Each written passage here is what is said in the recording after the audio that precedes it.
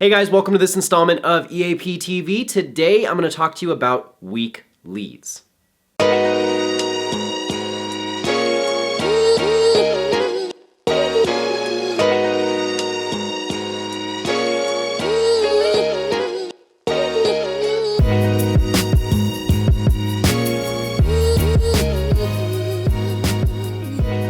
Alright guys, so the biggest problem I have with people saying I have weak leads or the leads are weak is that they're giving control entirely to something external.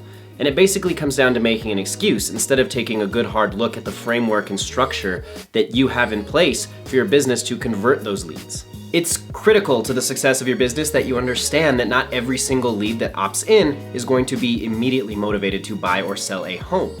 What the hell did you just say? That all being said though, if the contact information they gave you was correct, they knowingly opted into a real estate website, and they have a pulse, you have a viable lead on your hands. I've had a number of agents reach out to me via email or even through office hours and say, Kelvin, I'm not getting leads. And when I log into their website and I check, the dashboard shows they are getting leads. And then I ask them about that and they say, those are weak leads. They're not responding. So my immediate follow-up question is, well, how many times did you reach out to this specific lead? Is the contact information correct? Well, I shot an email over and I gave them a call, but I didn't get anything back. I'm about to hit you guys with some truth right now. Get ready. It takes on average between 5 to 12 contact points before a lead converts.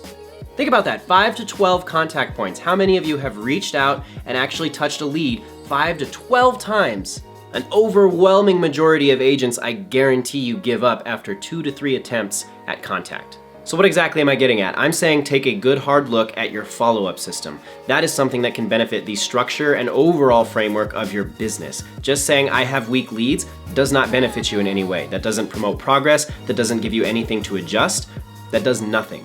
Break it down step by step. Why aren't the leads converting? Well, maybe I didn't follow up enough. Maybe the content I was sending them wasn't relevant for their specific situation. Maybe I'm treating prospects and leads the exact same way. That's the type of thought process that I want you guys to adopt. I want you to break away from giving control to the external and see what you can adjust internally, inside your business. What can you control?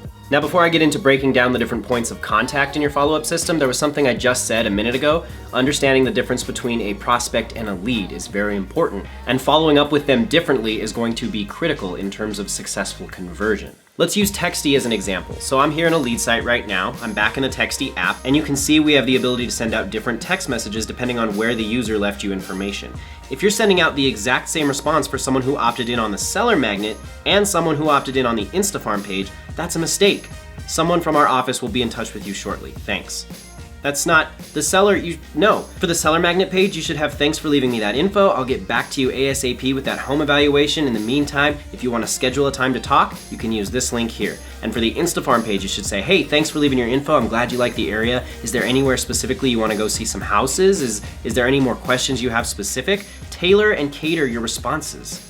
Now, I also understand that you can't create a unique response for every single lead that opts into your website, and that's not what I'm asking you to do. Throughout your career, most leads/prospects will fall into a manageable number of categories. It's important to understand those categories so you can treat each one differently. So what are those categories? Well, let's stick with Texty for our example. We have the Contact Me, so we have people who are just generally interested in information. We have the Seller Magnet, people who are more motivated. They're interested in the value of their home. They're clearly looking to sell. We have InstaFarm, so people looking at a general area, maybe not a specific neighborhood yet, just a city in general, so they're at a different stage of the process. This is good, we're making progress. So we've done that, we've broken down that thought process, we're shying away from the idea of the leads are weak. We wanna break that notion down. That's not why you're not getting business. So now let's jump into building up the different points of contact that you should have as soon as somebody opts into your website or a forum or anywhere. I wrote a blog post about this exact topic, and the example I used was this company, MeUndies.com. This company was reaching out to me for 6 months. 6 months before I bought their underwear. And it was the best damn decision I ever made. So what exactly are you doing to break down those 5 to 12 contact points? Well, let's break down a possible framework that you could be using. Stage 1 is obviously going to be content exposure. The viewer has been exposed to your Facebook ad, your blog post, anything like that. That's why content is the foundation of success when it comes to digital lead generation. Number 2 could be Texty, immediate follow-up within the first 2 minutes of a person opting into your website. And also it's important to note that following up within that time frame helps increase conversion by up to 9 times. I'm gonna link to to a video I did right down below in the description for a more in-depth breakdown on using Texty and taking advantage of that 5-minute time frame window where a lead is more susceptible to converting. Number 3, they should be receiving an email. Thank them for opting into your website. Ask them what type of information you can provide them with moving forward. How best can you serve their needs? Number 4 is the first phone call. And what I love about Texty is whenever a lead opts into your website is you receive a text message notification alerting you that that lead has opted in. So unlike email where maybe you don't check your email frequently enough, you might not know and you might follow up late because of that. So you get that text notification, the email has been sent out, the automated text response has been sent out. Now you want to figure out when to call. Generally speaking, I would at least advocate calling within the first 24 hours. Some agents probably have different time frames depending on what's worked for them in the past, and if you do have a different time frame, that's perfectly fine. If you don't, I would definitely suggest calling within the first 24 hours to see if the lead needs anything else, any additional information. How else can you serve their needs? Contact point number 5 could be the second email. I'm assuming after the lead initially opted in on your website and they received their thank you email, you put them on a buyer or seller's email campaign. You need to be placing leads into email campaigns where your content is being sent out continually. You're gonna get content on a weekly basis from us, so you'll never run out of content.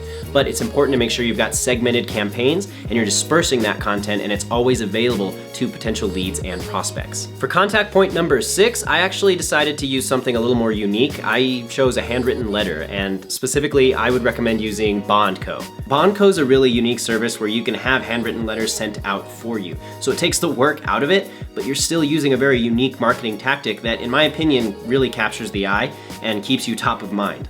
And that was it, guys. That was the first 6 points of contact that you could have with a potential lead. So take that and build from there. If you want to read a more in-depth breakdown of using CRMs, drip campaigns, then there will be a link right down below to the full blog post that I wrote. If you want to read that, please do. Leave a comment if you have any questions. I'll definitely get to you, or feel free to drop one in BeatZillow. I'm always active there as well. And before I let you guys go, I want to plug our ebook page. We've been working really hard at building out our ebook content. There is free and paid versions of the different ebooks. They contain screenshots, case studies, walkthroughs, everything you need to execute the tactics that are discussed in the ebooks. So there will be a link right down below. Feel free to go check that out. I hope you find something helpful.